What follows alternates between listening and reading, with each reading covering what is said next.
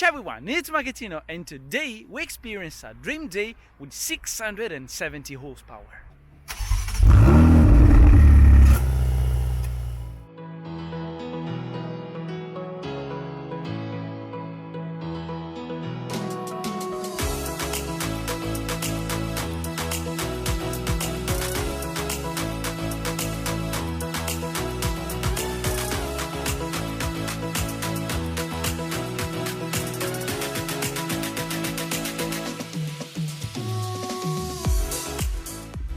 Oh my goodness, what a beautiful view to start this video review.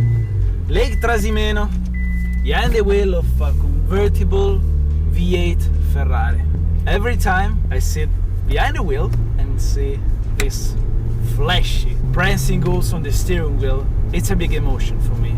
In fact, whenever I drive my 355, it's like a dream. I think Ferrari is the only brand that is able to convey these kind of sensations and emotions.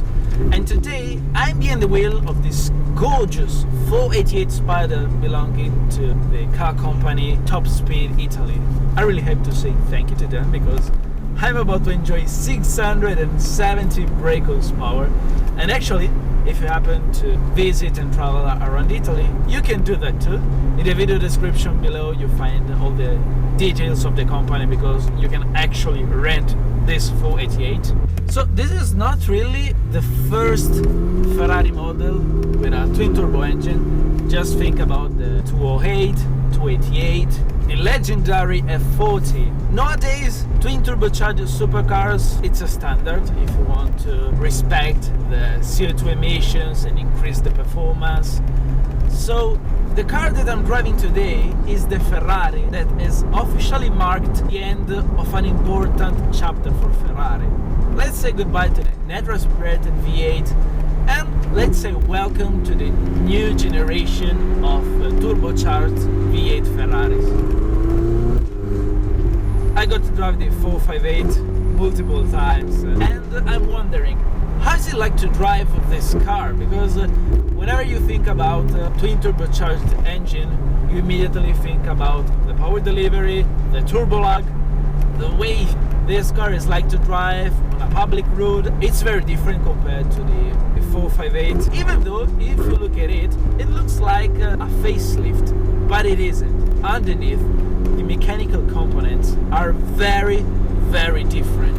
Behind 3.9 liter twin turbo V8, which is able to deliver even more power than the legendary Ferrari Enzo. 670 horsepower and 760 Newton meters of torque. Whenever you smash the foot on the throttle, it's like this.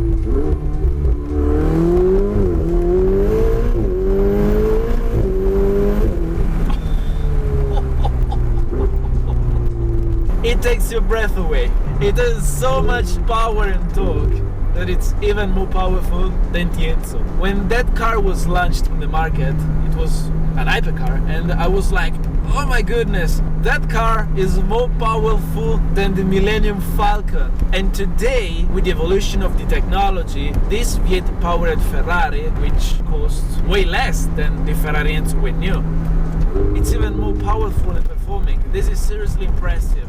I think that the soundtrack is pretty good. I mean, it's not like my straight pipe Ferrari 355, but still, there's a very low and deep noise, which is pleasant.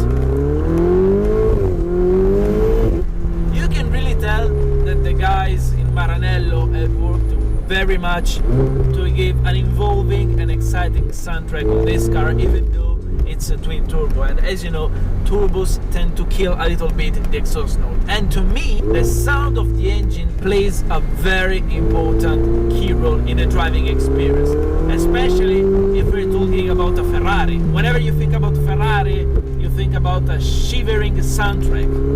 That's the first thing that comes up in my mind.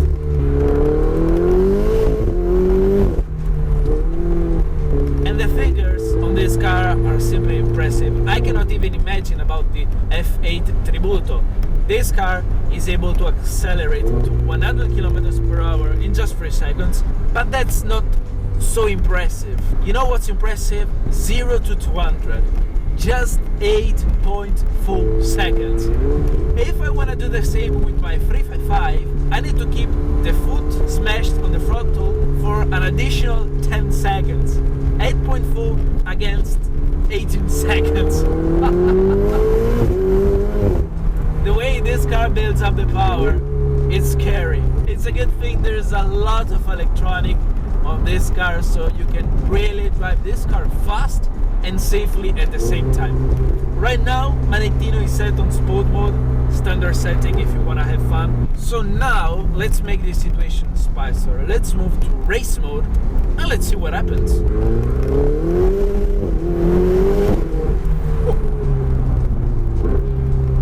It's even wilder. Gear changes are even more brutal and faster.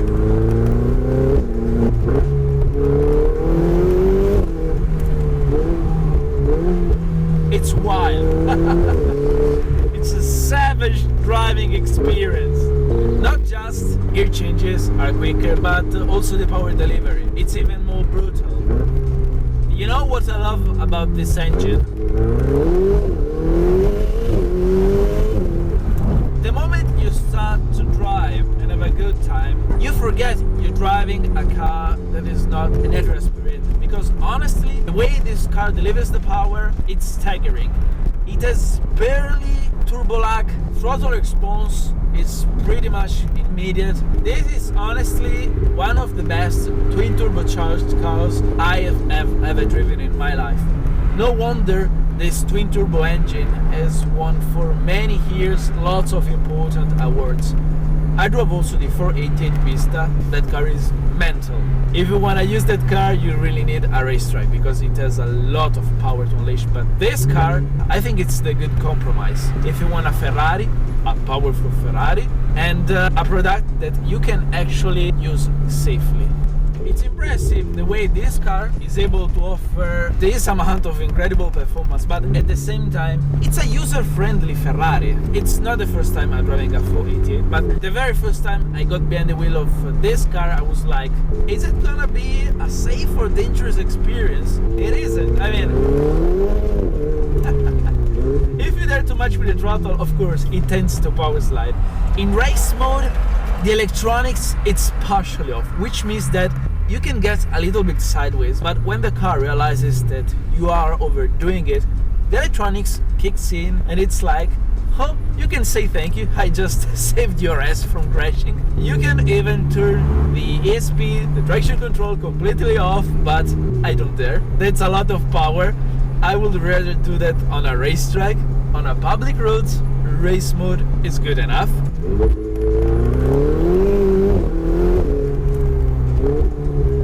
This is a car that could potentially get in trouble very quickly. It's another world compared to my 355.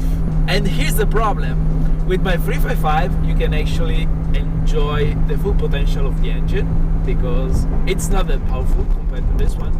With this one, you really need a very good open road, otherwise a racetrack. But still, I'm impressed from this car because it's so powerful, but at the same time, it's very easy and safe to use.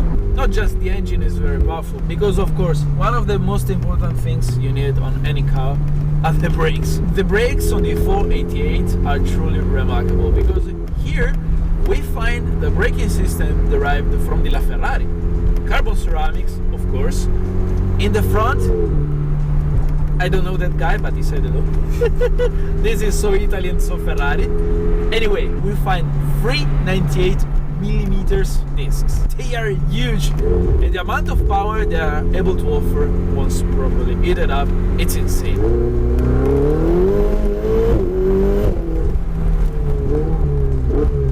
When you're driving such kind of high-performing car, sitting on carbon ceramics, you really need to remind yourself every time that first thing to do is to heat up the brakes, because the problem with these brakes that when they are cold, the braking power is basically zero. And on a car like this, you wouldn't want zero braking power when you're accelerating a gear after the other, because you don't smash the foot completely on the throttle a lot of times when you're driving on public roads. Because if you think about it, if you do that for just 6 seconds, you are already in full fourth gear.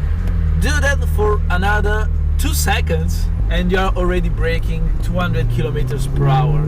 You see, there is also some traffic right now. Sometimes unleashing the potential of a Ferrari, it's not that easy. But anyway, even if you're driving, there's also the police, traffic police. Even if you're driving gently, it's still a great emotion, a great sensation to sit behind the wheel of a Ferrari. I feel blessed for owning a Ferrari. Sometimes I think, what could actually replace the 355? And I'm like, it could be just another Ferrari.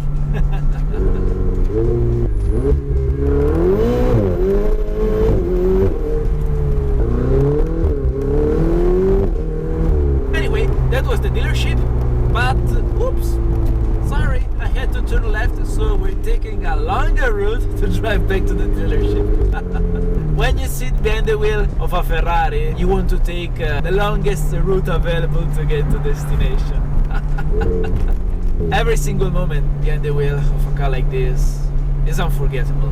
I am so in love with this brand, and even though this car has replaced that 458, which to me it's one of the best sounding Ferraris of the modern era, it's a great replacement. We're living in a modern era where twin turbo engines are replacing pretty much everything. We have to deal with it, and honestly, what Ferrari has done on this car is fantastic. It's also a little bit frustrating to see so much traffic, but at the same time so much power I want to unleash. So let's go! All the way to 8,000 RPMs. It's impressive the way it builds up the revs so quickly. Power delivery is so steady and constant that it's a real pleasure to redline this engine. It's not like the traditional turbocharged engine we used to know.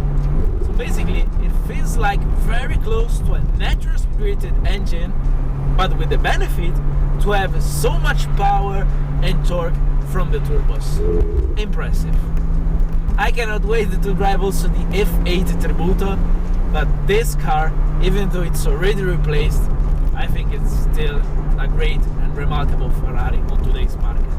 So we finally made it, and now I have a problem, because now that I've driven such a powerful and fast Ferrari, oh my goodness, my 355, I think it will feel like to be driving a Fiat Panda or something like that.